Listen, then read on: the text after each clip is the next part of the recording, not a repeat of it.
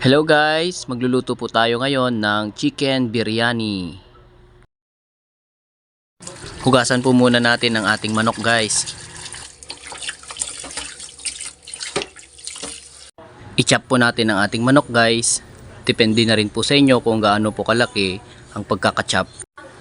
Ito po ang ating basmati rice guys at ang ating biryani mix. Nabili po natin to sa Shopee guys.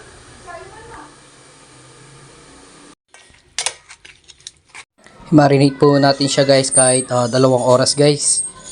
Kung mas matagal, mas maganda rin po na i-marinate po natin para ma-absorb po niya yung mga flavor, yung mga kwan po natin, yung mix po natin. Yan po ang mga sangkap na gagamitin natin guys. Hugasan na natin ang ating basmati rice guys.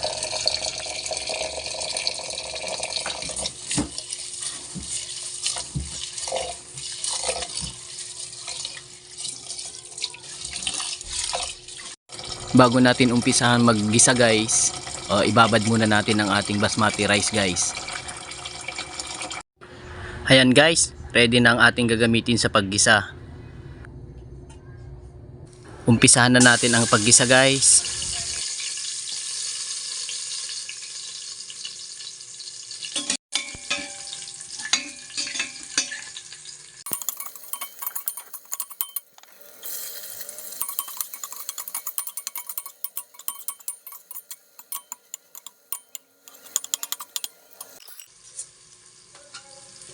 Ilagay na natin guys ang ating minarinate na manok.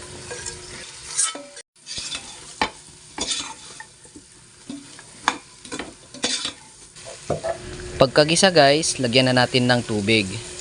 Ang dami po ng tubig, depende po sa kung gaano po karami ang ilalagay nyo po na basmati rice.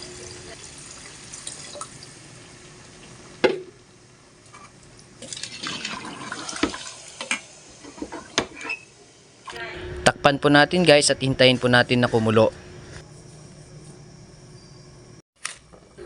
Ayan guys, kumukulo na, lagyan na natin ng asin. Depende po sa inyo kung gaano po karaming asin ang ilalagay nyo.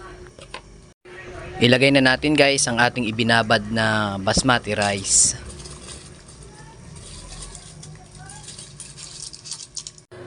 Lagyan din po natin ng 3 pirasong hiling haba.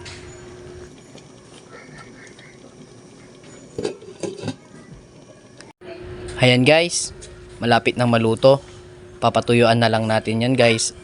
At pwede na.